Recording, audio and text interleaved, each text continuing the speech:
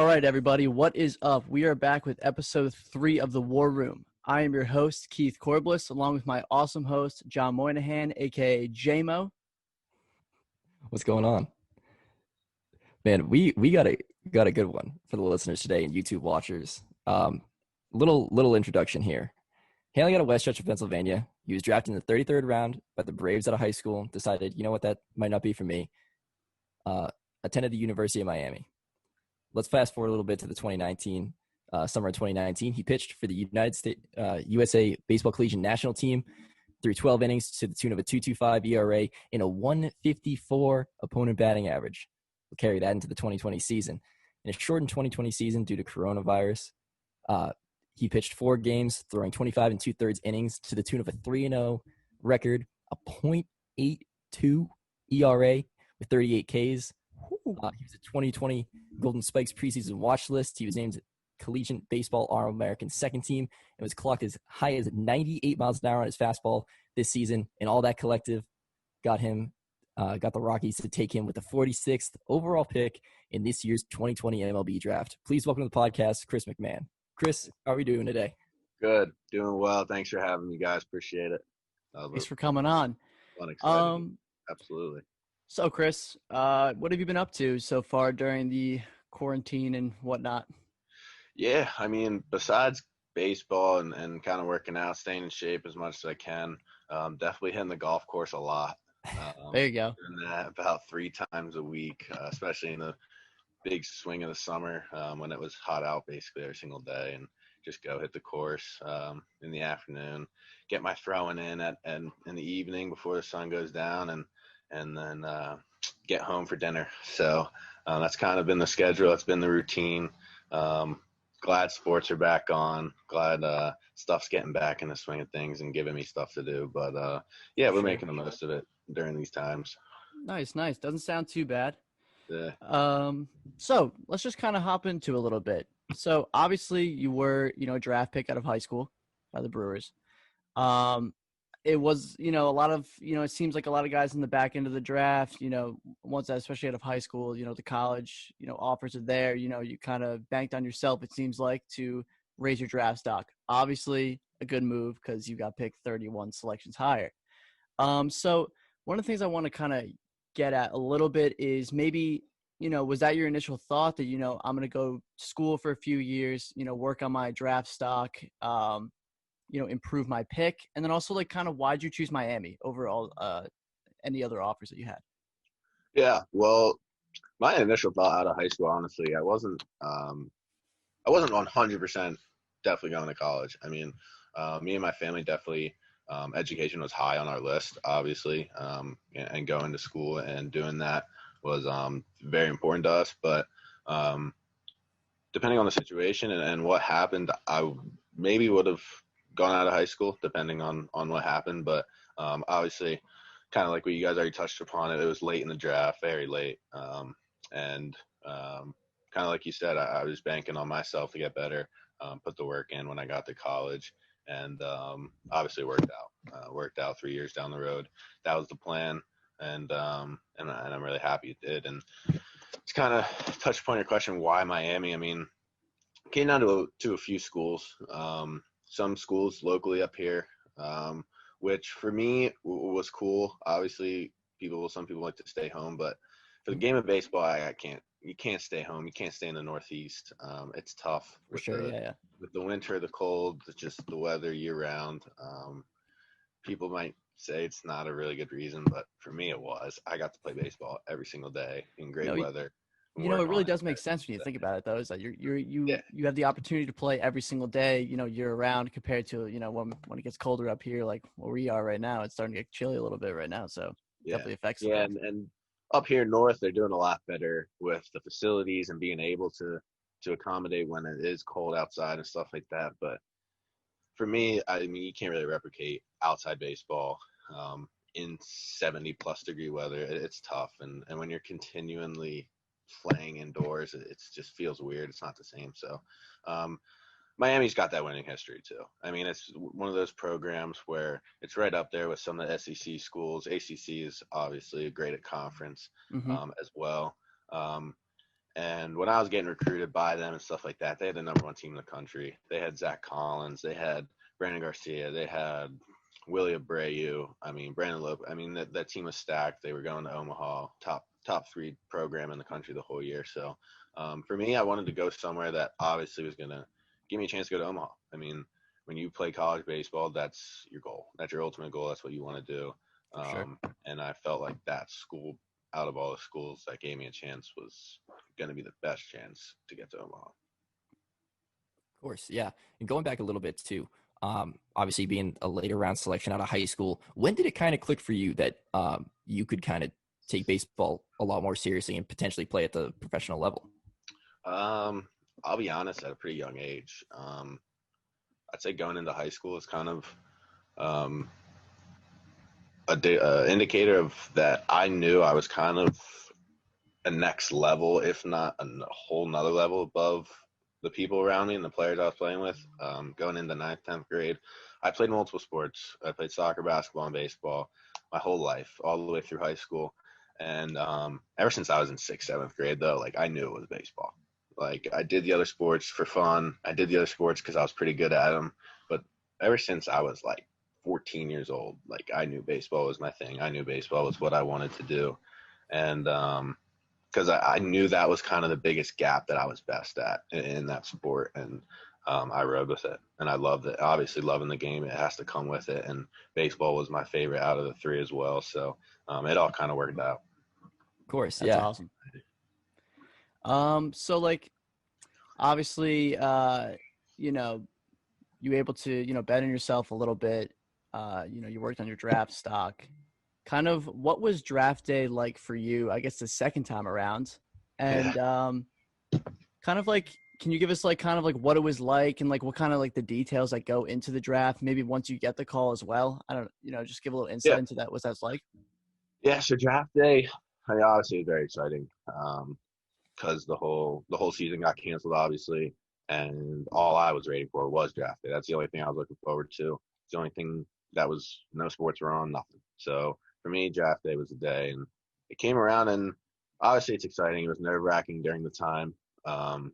It's getting long. That first night was long, and I wasn't expecting to hear my name get called probably later in that first day anyway, if it was going to get called on that first day. So I knew it was going to be kind of a long one. Mm-hmm.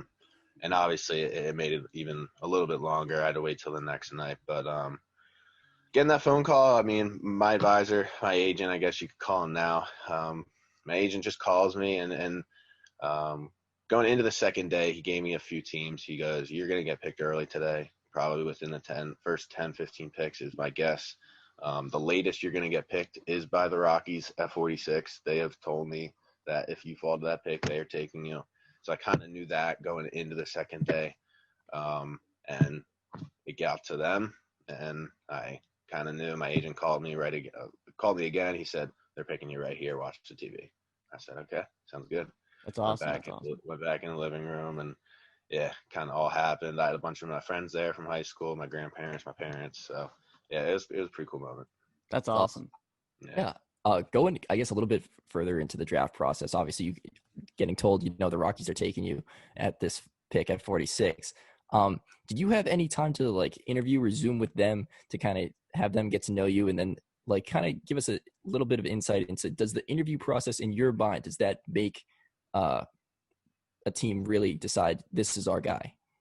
Yeah. So you're talking about like leading up to the draft? Yeah, Yep. yeah. So leading up to the draft, I had Zoom every day, sometimes multiple Zoom meetings a day with teams that were interested, kind of like those scout meetings you had before the 2020 season even started. And obviously, that's not the ideal way. You kind of want to show yourself off to baseball scouts. You want to show your baseball off to your baseball scouts. That's kind of like that was kind of the plan for the year. Yeah, it's kind of the whole goal. Yeah.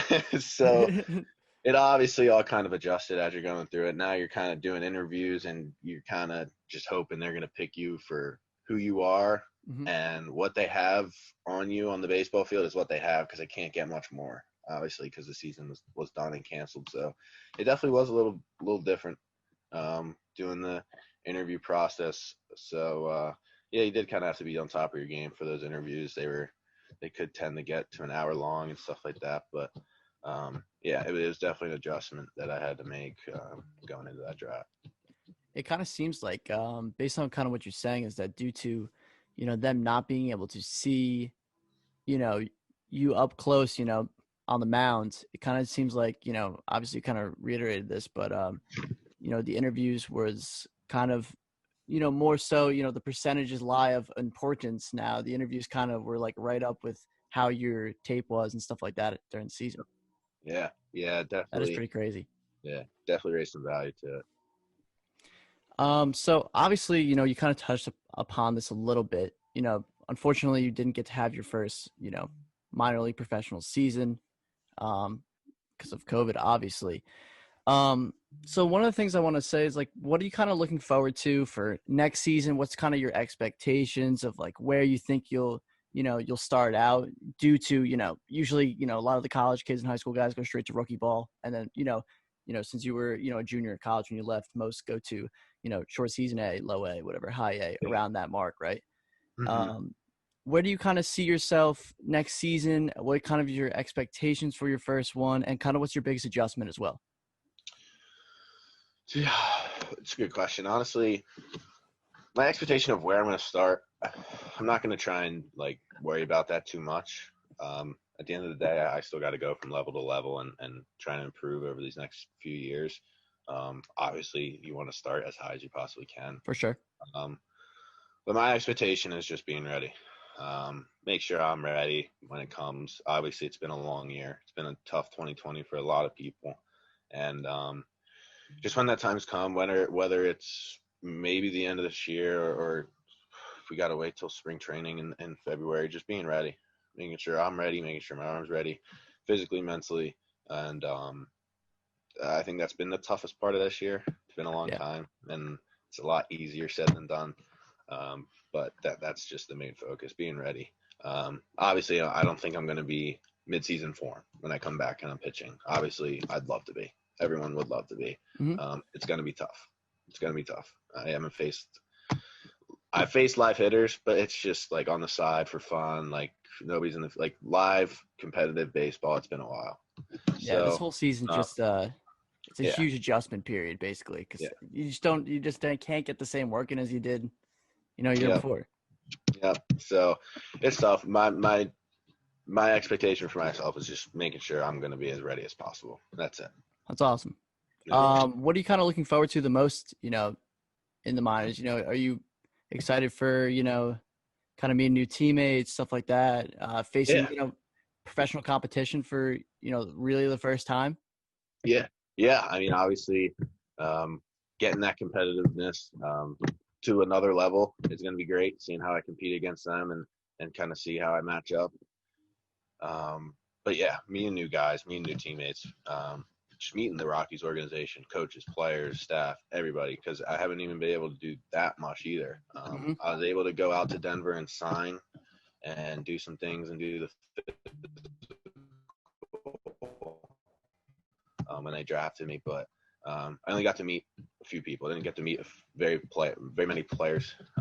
Met maybe 2 or 3 guys that they signed free agent wise, that they were there with me. But yeah, looking forward to really meeting everybody, getting to spend time with them, live with them, and get through that whole camaraderie of a team and having everybody around. Got you. One more thing on that point real quick is, what do you think going into, your first professional season? What do you think is going to be your, biggest adjustment going from, ACC, college level hitters all the way to, guys that have been, drafted out of high school, grinding in the minor levels, and, just like people that are literally getting paid to play the game, basically? Like, what's your biggest adjustment for that? I don't, not quite sure yet. I mean, I think that's maybe something I'm going to have to kind of trial and error, I guess you could say. For sure. Kind of go and feel it out, feel how things work in pro ball, how they operate, how they do things, what works, what doesn't. And I think I'll find that out hopefully quickly, and hopefully I'll have a lot of help doing that. I think I will. I think the Rockies are a great organization to do that. They've showed that they do that. So to pinpoint an adjustment, I'm not quite sure. Obviously, I could say the broad things like, I just got to get better off-speed pitches. I got to get better fastball command. And that all kind of all comes with it. That comes with pitching. That comes with playing baseball. But a specific adjustment, I think it's just something I'm going to have to go and find out. For sure. And speaking of pitching adjustments and everything, how I think your best pitches is your fastball. And we've seen a little bit of development from that fastball coming from 92, 94, and really jumping up this season to 98 miles an hour. Who really helped you develop that pitch and develop the arm strength to really get back on top of that fastball? To be honest, the fastball is a pitch I always had. The secondary pitches were big pitches that I got a lot of help with and have really helped me along the 3 years of college. But you can ask some of my old travel teammates back when I was in like 8th, 9th grade. I mean, I wasn't always throwing hard. I wasn't throwing 90 miles an hour as a freshman in high school. That wasn't happening. But I knew where the ball was going. And I could dissect the plate as a 9th grader, 10th grader in college. I wasn't blowing it by you really, but I was hitting the catcher's mitt. I knew where I needed to go on the plate and stuff like that. And then I think as I grew, I think my sophomore to junior year, I had a big growth spurt. I got tall, I got long, I got lengthy. Obviously stayed with a lot of shoulder strength stuff with bands and just taking care of my arm. And all of a sudden, I just gradually saw velo jump. I went from low 80s to high 80s, from high 80s to hitting 90 to low 90s. And then, like you touched upon, my sophomore going into my junior year, all of a sudden I'm touching high 90s, and it's very exciting and good to see and stuff like that. So it's tough to stay there. It's tough to stay there. But, yeah, I'm sure it is. It's not easy. It's not easy, but we're doing as much as we can. Hopefully we can keep. That's awesome. Yeah, that's all you can do at this point. Yeah. I'm kind of interested. So, like, usually you see like a lot of guys, right, like that are in the high 80s, right, and they hit 90 for the first time. It's like, whoa, like I did it. Like 90 is a big number where it's like, sheesh, like it's there. What was that kind of like for you, kind of like when you saw that number? Yeah, I think I hit 90 my first time. It was the very end of summer, or basically the fall going into my junior year of high school. I think that's when it was, kind of that summer going in. I hit 90 for the first time at the University of Virginia playing for Team Chandler. I'll never forget this, obviously. It's my first time hitting 90. And, it was just this random travel tournament, travel game. And just, it was the first inning, and they had the miles per hour up on the scoreboard, which was behind me. And I'm not a guy that looks behind and looks at the scoreboard after every pitch. I hate that. I can't stand that. I don't know, just not my thing. And then after a couple first 5, 6 pitches, I was throwing hard. I could feel it. I was feeling good. And then I can just hear like a bunch of my teammates in the dugout, and even like the guys in the outfield, they're just like, oh, and I had to turn around, had to look at it. I just see 9-0 on the board. I was like, oh, that's pretty sick. Just like, it's funny because I worked in, I interned for like an independent baseball team for a summer and stuff. And there was some guys, and even like you see like in the pros and stuff, like, you clock it, right? And then you put it up on the scoreboard. Every single time they'll always look back to make sure to see what they're throwing. I'm like, I don't. That's crazy though. I don't do that. I don't. I got to get you out first. I can't worry about how hard I'm throwing. I got to get you out. I don't know. That was always my mentality. I don't know. That's not so. One of the few times you look back and you just see that number, you're like, yes, sir. Yeah. So that was good. Good time.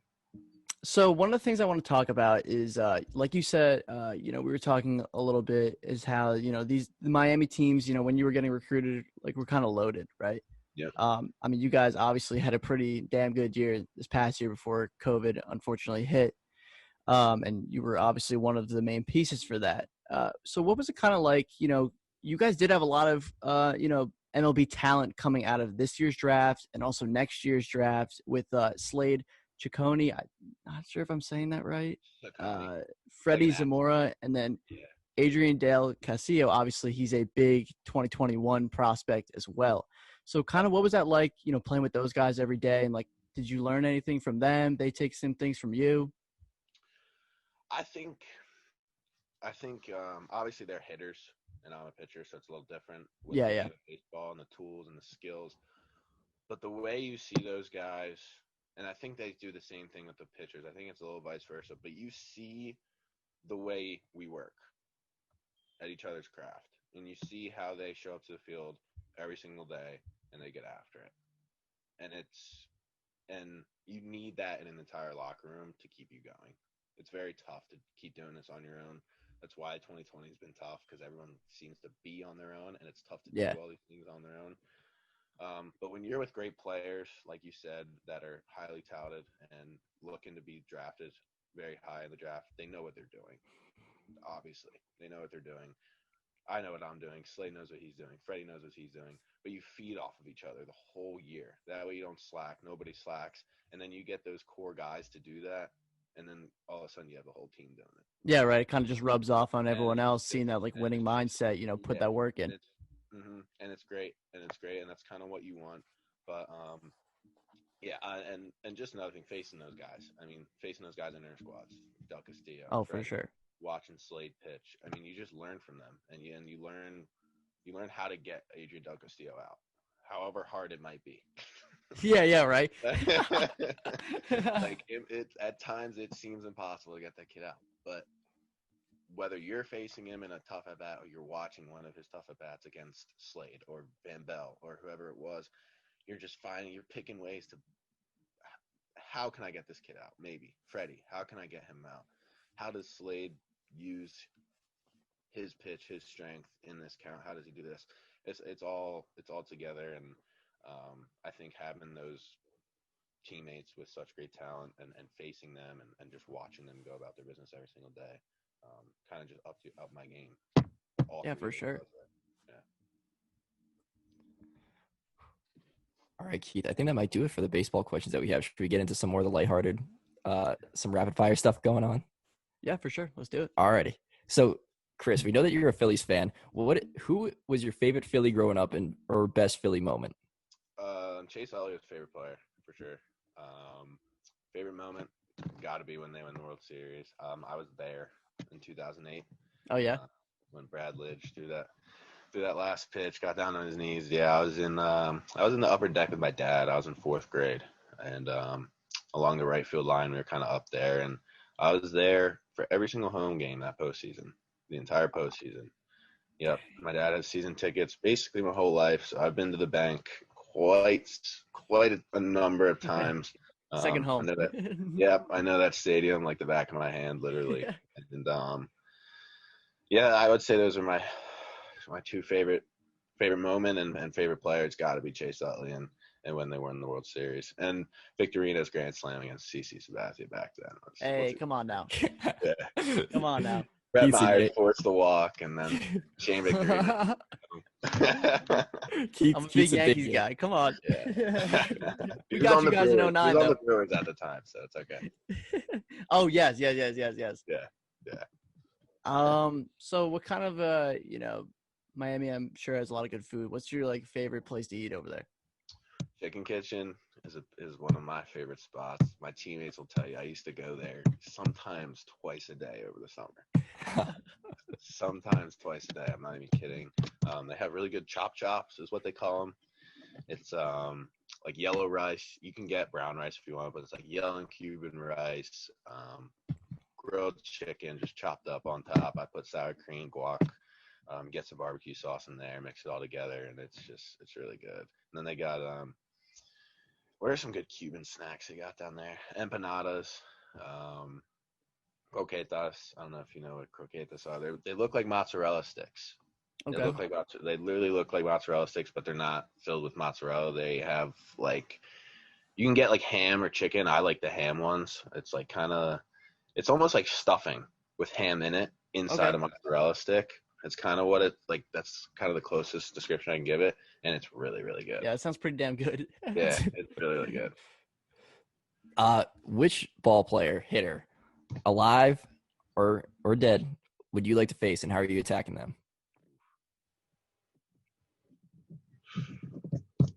Hmm. You got him to think. I would love to face Bryce Harper. Okay. He's my Love the favorite Philly. current player. He was my favorite player in the MLB when he was on the Nationals, and then the Phillies signed him, and I was just like, I was the happiest kid in the world. And how I'd attack him, I'd have to attack him in. You can't let his barrel get across the zone. No, yeah. If it does, it's going. So I field. think I'm going fastballs in, cutters in. I'm just breaking his hands. I think that's all I'm doing. And then maybe at the very end, I'm throwing a changeup, and I am making sure it is out of the zone. Fair enough. Fair enough. Yeah, Yeah. you can't leave that one up. Yeah, you can't let him get extended. That's for sure. But I feel like you could beat him in a little bit.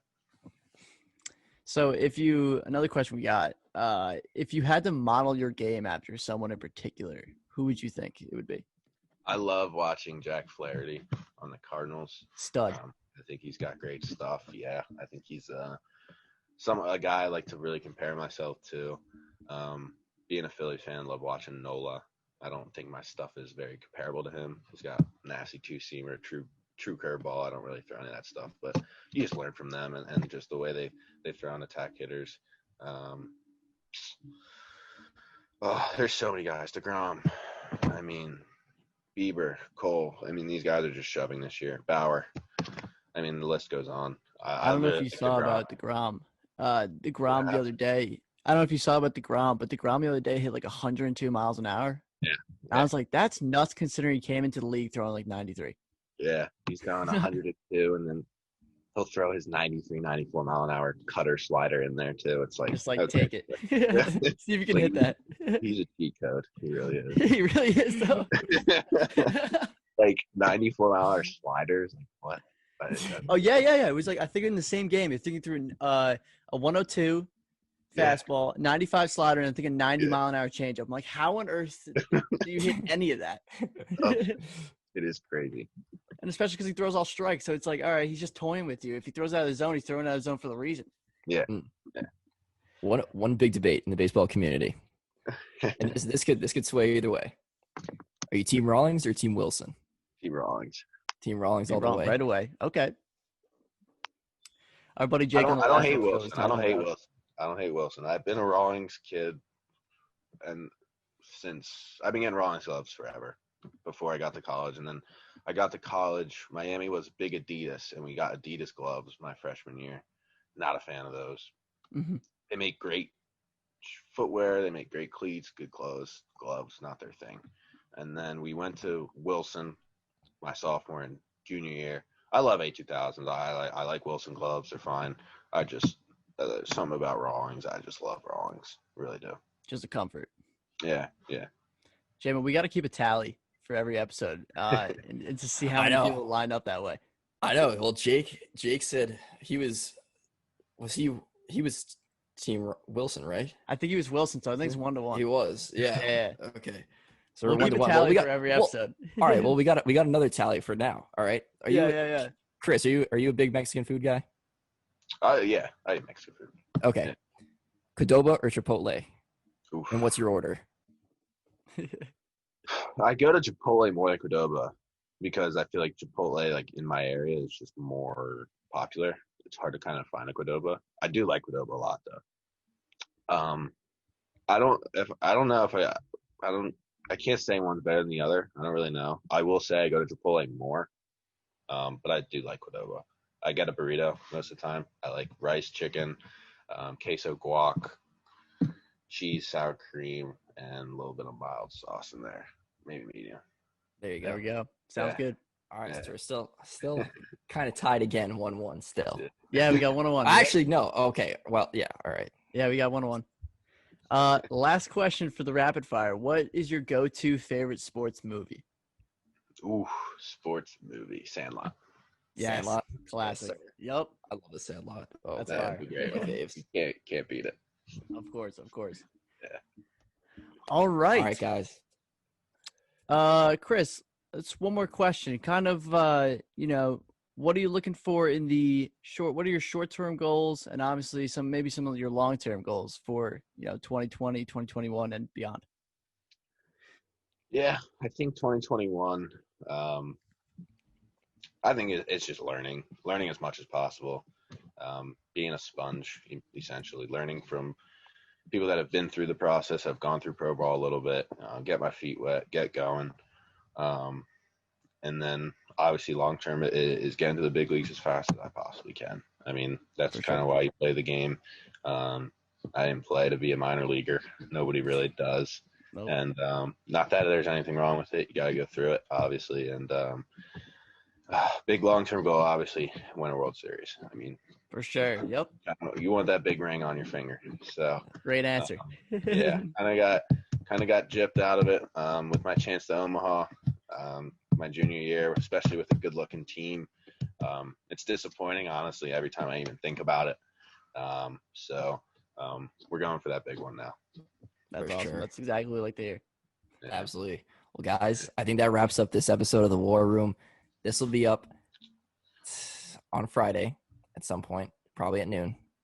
Don't keep us to that, but it'll be around noon on Spotify and YouTube. Give us a listen. Follow us on YouTube. Give us a like on the YouTube video. Appreciate it. Chris, thanks for coming and sitting in, chatting some baseball with us. We really appreciate it. Enjoyed and it. We'll see you in the next one. Peace. Peace.